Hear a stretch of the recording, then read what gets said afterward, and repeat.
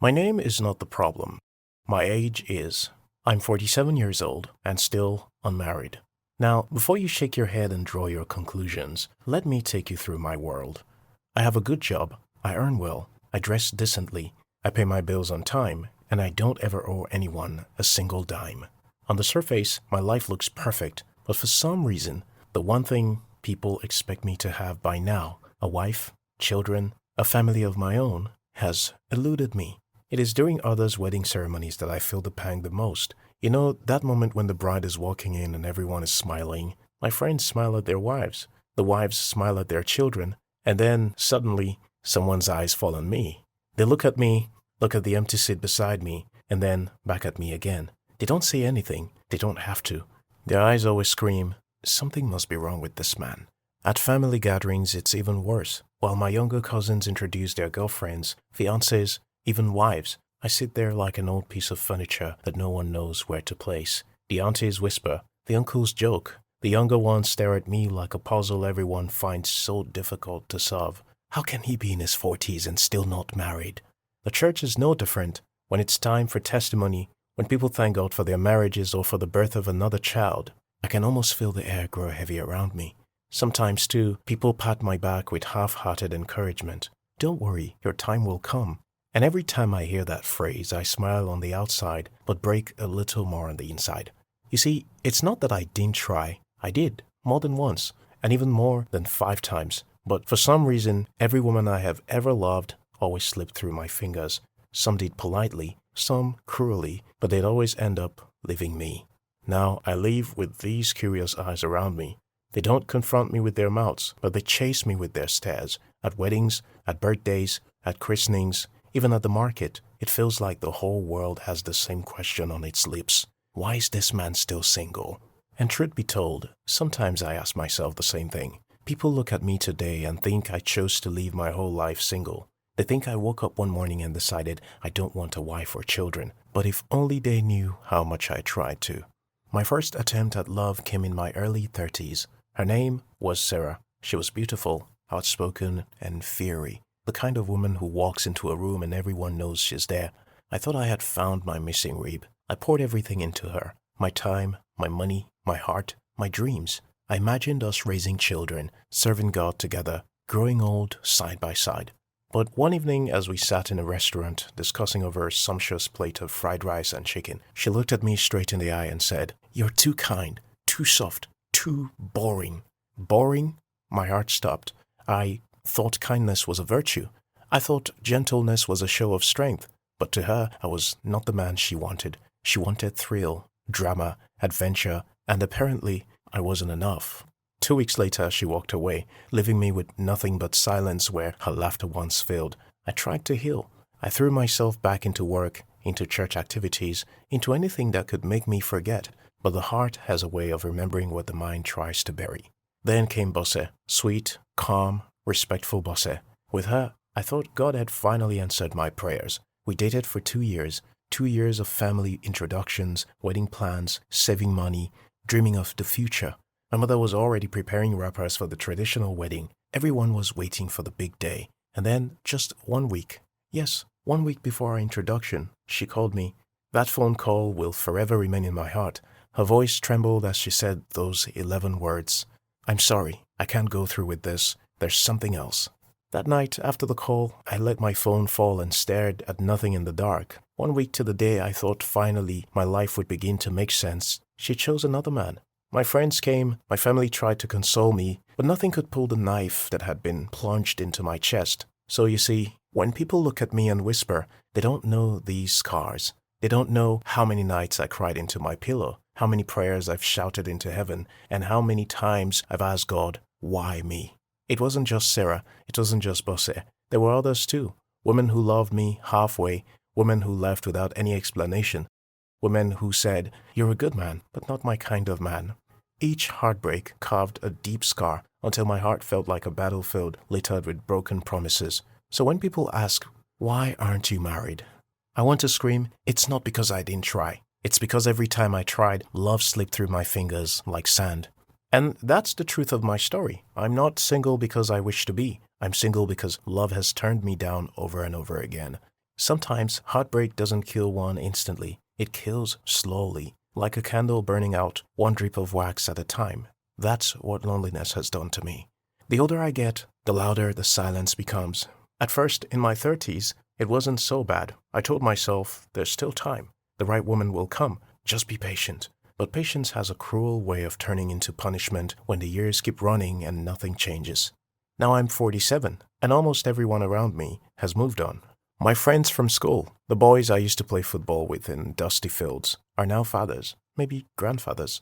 Whenever I pay them a visit, I'll always find the house full of children, laughter spilling from every corner, their wives bustling in the kitchen with the family's portraits hanging proudly on the walls. And when I step back into my own apartment later in the night, I'm greeted with silence, a very thick one, such that my heart echoes in my ears.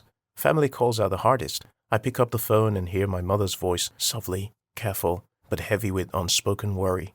"My son, when will you bring her home?" Sometimes she tries to sound casual, but I can hear the longing in her tone. She wants grandchildren. She wants to hold my wife's hands at family gatherings. She wants something I cannot give her yet. And my father? His silence is worse. He doesn't ask directly, but when I visit, his eyes linger on me than they should. He would shake his head slowly like a man watching his last hope slip away. Even my younger cousins who once ran errands for me now call me uncle as they bounce their babies on their laps. Sometimes they joke, "Uncle, when will it be your turn?" I dread nights the most. There are nights when I come back from work, drop my keys on the table and sit in the darkness because I don't have the strength to turn on the light. I would scroll through my phone looking for someone, just anyone to talk to. And now I've become too broken to pray. Loneliness is not just being single. It is walking into a hall full of people and still feeling invisible. It is laughing with others and suddenly realizing you have no one waiting for you at home. It is sleeping on a big bed and hearing the other side whisper back at you with its emptiness. Sometimes I ask myself, what did I do wrong? Am I cursed? Why has love eluded me? And when the questions drown me, I bury my face in my pillow and weep quietly, because it shouldn't be heard that a grown man in his late 40s still cries like a child. But I do, because the weight of loneliness is too much to bear. But just when I thought this particular night would end in silence, something unusual happened. I was lying in bed, eyes wide open in the dark, replaying my life like an old movie reel, when my phone rang. At first, I ignored it. Who could be calling me at this hour? Midnight calls usually mean bad news. But when it rang the second time, then the third time, curiosity dragged me out of my bed. The screen glowed with a name that made my throat go dry. My pastor. Why would my pastor be calling me this late? With trembling fingers, I tapped the answer button. His voice came through, calm but firm. "My son, I need to see you in my office after service tomorrow. There's something important we must talk about." He didn't say more. He didn't give me a chance to ask questions. He just ended the call. I sat in the dark and allowed my hands to feel the warmth of my phone while my heart raced against my chest. I wasn't prepared for another round of marriage sermons, but little did I know that the phone call would open a door of questions I never imagined, answers I've longed for, and maybe the suspicions I was not ready to face yet. The next morning I woke up with my heart in my throat. I kept replaying my pastor's words over and over again. His voice carried weight, like a burden he'd been holding back. I couldn't shake off the feeling that engulfed me. By the time I walked into the church that Sunday, every pair of eyes lingered over me. From the usher at the door who gave me that half smile, to the choir member who looked at me too long before adjusting her hymn book, I could feel the stares pressing against my skin. They didn't speak, but their silence was loud enough to drown the praise songs echoing from the speakers.